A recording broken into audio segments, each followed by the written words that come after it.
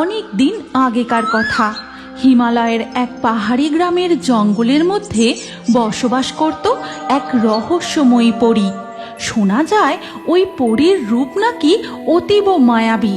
চাঁদের জ্যোৎস্নার ন্যায় ঝলমলে তার রূপ, আর তার মাথায় রয়েছে 5টি চুলের বিনুনি, যার মধ্যে 5 অলৌকিক ক্ষমতা আছে। তার মধ্যে একটি বিনুনি যাকেই স্পর্শ করে সেই সোনায় বদলে যায়। আর সেই মায়াবী পরীর বাকি চুলগুলোর মধ্যে কি ক্ষমতা রয়েছে ঠাকুমা? বাকি চুলের বিনুনির মধ্যে ছিল তার আসল 4 শক্তি। আজ পর্যন্ত যে যে সেই পরীর সামনে পড়েছে আর কেউ ফিরে আসেনি। একবার এক রাজকুমার সেই পরীর সন্ধানে বেরিয়েছিল। ওই রাজকুমার তো ভারী সাহসী। সে ওই মায়াবী পরীর দেখা পেয়েছিল। যেই জঙ্গলে ওই পরীর ভয়ে কেউ যেতে সাহস করত না, সেখানে রাজকুমার দিনের পর দিন জঙ্গলের এ প্রান্ত থেকে ও প্রান্ত ঘুরে ঘুরে ওই সুন্দরী পরীকে খুঁজেই চলে। সুন্দরী পরী, তুমি কোথায়? বেরিয়ে এসো। দেখো, দক্ষিণ রাজ্যের রাজকুমার তোমায় বিবাহ করবে বলে এসেছে। সুন্দরী পরী, তুমি কোথায়? তারপর কি হলো ঠাকুমা? ওই পরী কি রাজকুমারের সামনে এসেছিল? হ্যাঁ, এসেছিল বটে। এক ঝলমলে পূর্ণিমার রাতে রাজকুমার হাঁটতে হাঁটতে একটি গুহার কাছে এসে পৌঁছায়। পরী, তুমি কোথায়? বেরিয়ে এসো। দেখো, তোমায় বিবাহ করবে বলে রাজকুমার এসেছে। রাজকুমার হাল ছেড়ে দিয়ে একটি গাছতলায় বসে পড়ে। ঠিক তখনই গুহার ভিতর থেকে বেরিয়ে আসে সেই মায়াবী পরী। পরনে তার ঝলমলে সাদা পোশাক, আর মাথায় সেই 5 ক্ষমতার চুলের বিনুনি। কে তুই?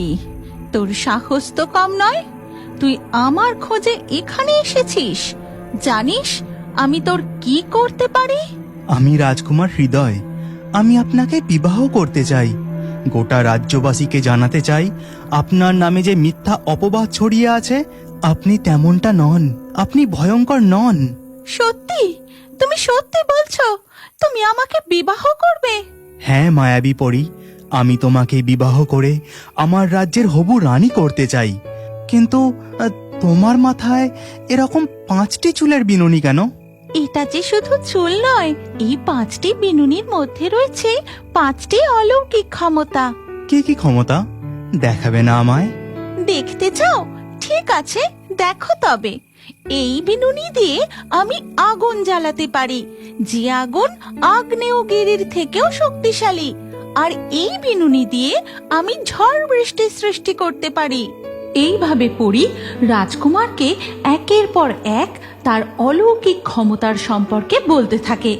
4টি ক্ষমতা শোনার পর রাজকুমার পরীকে বলে, আর এই বিনুনির কি গুণ? এটা দিয়ে তুমি কি করতে পারো?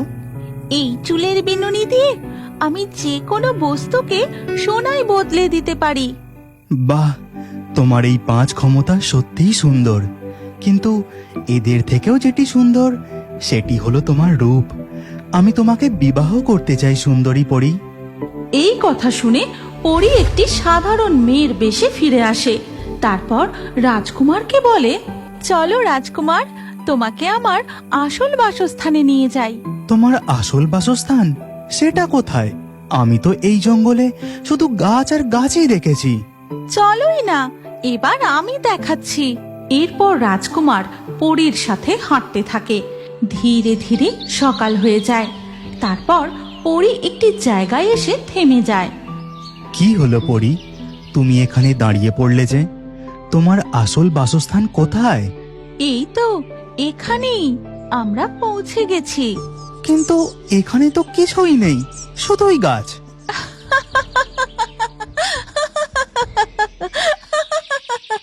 পরী তার হাত দিয়ে জাদু করতেই সেই জায়গা বদলে গিয়ে হয়ে যায় এক অপরূপ দৃশ্য। ঝর্ণা, তার পাশে ফুল ফুটে রয়েছে, প্রজাপতি উড়ছে, পাশ দিয়ে বয়ে চলেছে নদী। কি চমৎকার দৃশ্য! চোখের আড়ালে ছিল এমন অপরূপ জায়গা। হ্যাঁ রাজকুমার, আমি এখানেই থাকি। আমার নিরাপত্তার জন্য এই জায়গাটা আমি মানুষদের চোখের আড়ালে রাখি। এই স্থান আমার ভারী পছন্দ হয়েছে। আমি কি কিছুদিন এখানে থাকতে পারি? তারপর না হয় আমি তোমাকে সাথে নিয়ে আমার রাজ্যে ফিরে বিবাহ করব। ঠিক আছে রাজকুমার। এরপর রাজকুমার সেখানেই থাকতে শুরু করে। দিনের পর দিন বয়ে যায়। রাজকুমার তার রাজ্যে ফিরে যাওয়ার কথাই বলে না। সে আনমনা হয়ে কি যেন ভাবতে থাকে। রাজকুমার, তুমি সব সময় অত কি ভাবো বলো তো? আচ্ছা, আমরা কবে তোমার রাজ্যে যাব? ও তেমন কিছু না। আর কয়েকদিনের মধ্যেই আমি তোমায় সঙ্গে নিয়ে যাব। আচ্ছা পরি, তোমার ওই চুল দিয়ে ওই পাখিটিকে সোনার বানাতে পারবে? না, আমি পাখিটিকে সোনার করব না। আমি জাদু প্রয়োগ করলে যে ও নির্জীব হয়ে সোনা হয়ে যাবে।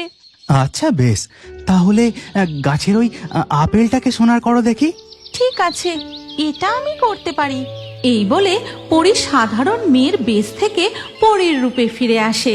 তারপর তার চুল দিয়ে আপেলটির উপর জাদু প্রয়োগ করতেই আপেলটি সোনার হয়ে মাটিতে ঝরে পড়ে। বাহ, দারুণ!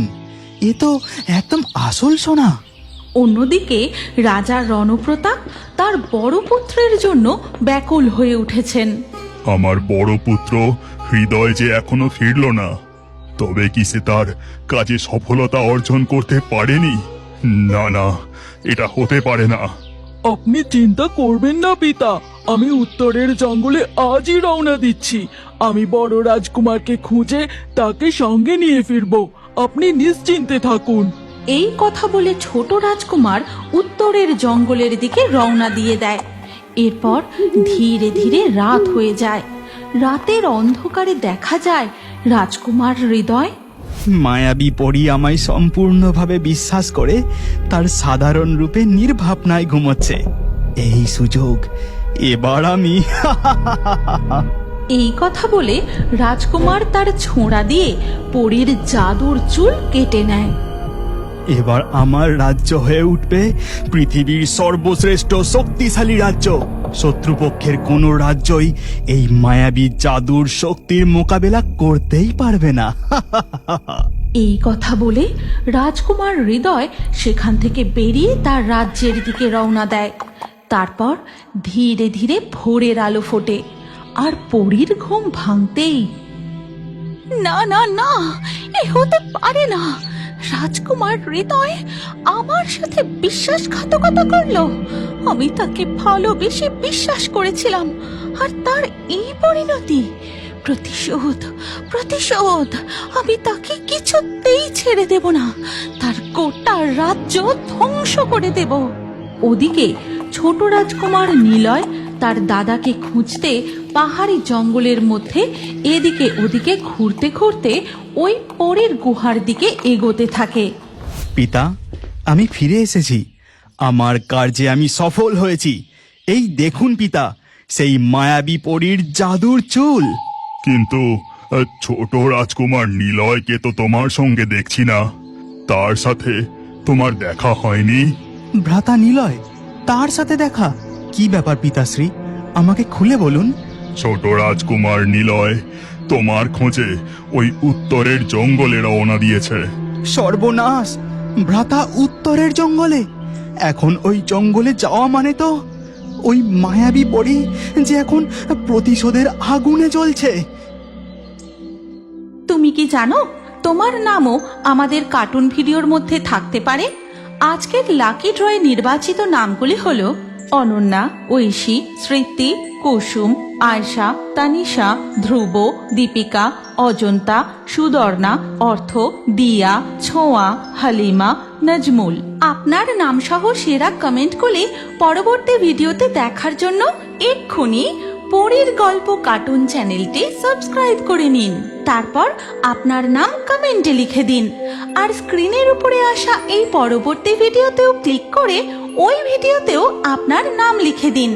আপনার নাম আমাদের কার্টুন ভিডিওতে অবশ্যই দেখতে পাবেন।